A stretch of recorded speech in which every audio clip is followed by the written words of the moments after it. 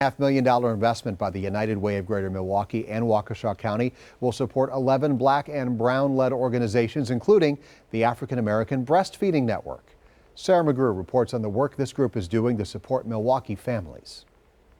The African American Breastfeeding Network has been working for 13 years to make sure mothers and babies have equitable access to health care here in Milwaukee.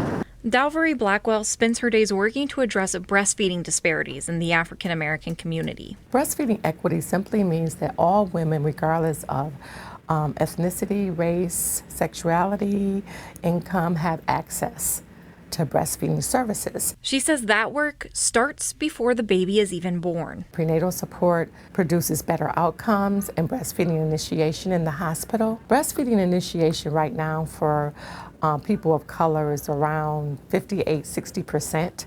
And for Caucasian population, it's like 70%. At the African American Breastfeeding Network, expecting parents are connected with peer counselors and lactation consultants to support them through breastfeeding. Peer-to-peer support is considered a national best practice by the World Health Organization and CDC. So it's really important that we support women of color and people of color who are interested in lactation to serve the community. And ultimately, breastfeeding support not only helps moms, but babies as well. Because we know that breast milk is the best source of nutrition for babies and young children. It has all the nutrients, all the vitamins, everything a baby needs. Dalvery says the funds her organization received from the United Way will help them focus on strategic planning and capacity growth. This year alone, the African American Breastfeeding Network plans on working with more than 120 families. Reporting in Milwaukee, Sarah McGrew, TMJ4 News.